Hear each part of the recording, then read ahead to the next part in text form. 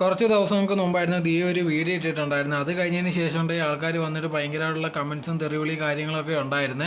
അതിനുശേഷം അതിന് മറുപടി എന്നുള്ള രീതിയിലുണ്ട് ഈ ദിയ ലേറ്റസ്റ്റ് ആയിട്ട് ഒരു പോസ്റ്റ് ഇട്ടിട്ടുണ്ടായിരുന്നു. അത് വന്നതിന് ശേഷം അത് അതിനേക്കാൾ കൂടുകയാണ് ചെയ്തത്. കാരണം എന്ന് പറഞ്ഞാൽ ഇത് കണക്ക് അതിനകത്ത് വിശദീകരിക്കുന്നുണ്ട്. താനുണ്ടെങ്കിൽ ചെയ്തതിൽ ഒരു തെറ്റും തനിക്ക് തോന്നുന്നില്ല, താൻ തൻ്റെ അഭിപ്രായമാണ് പറഞ്ഞത്, ബാക്കിയുള്ളവർക്ക് അത് ഇത്രയും വലിയ പ്രശ്നമാകൊണ്ട് ഒരു കാര്യമില്ലെന്നുള്ള രീതിയിലായിരുന്നു ദിയ സംസാരിച്ചിട്ടുണ്ടായിരുന്നത്. അതിൽ കുറച്ച് കാര്യങ്ങളും കൂടെ ആഡ് ചെയ്യുന്നുണ്ട്. അത് കേട്ടപ്പോഴാണ് ആൾക്കാരുണ്ട് ഇതെന്തോ ഇങ്ങനെയൊക്കെ പറയുന്നത് എന്നുള്ള രീതിയിൽ ചോദിക്കുന്ന അവസ്ഥയിലായത്. അതിനകത്ത് പറയുന്നുണ്ട്, ഞാനുണ്ട് ഈ അശ്വിൻ്റെ കുടുംബത്തിന് എന്തൊക്കെ ചെയ്തിട്ടുണ്ടെന്ന് എനിക്കറിയാം, അവരുടെ ബിസിനസ്സിന് വേണ്ടി ഞാൻ ഒരുപാട് സഹായിച്ചു എന്നുള്ള രീതിയിലൊക്കെ പറയുന്നുണ്ട്. ഇത് കേട്ടതിന് ശേഷം നമുക്ക് തോന്നുന്നൊരു കാര്യമാണ്, ഇതൊക്കെ ഉണ്ടെങ്കിൽ പറയേണ്ട കാര്യം പോലും ഇല്ല.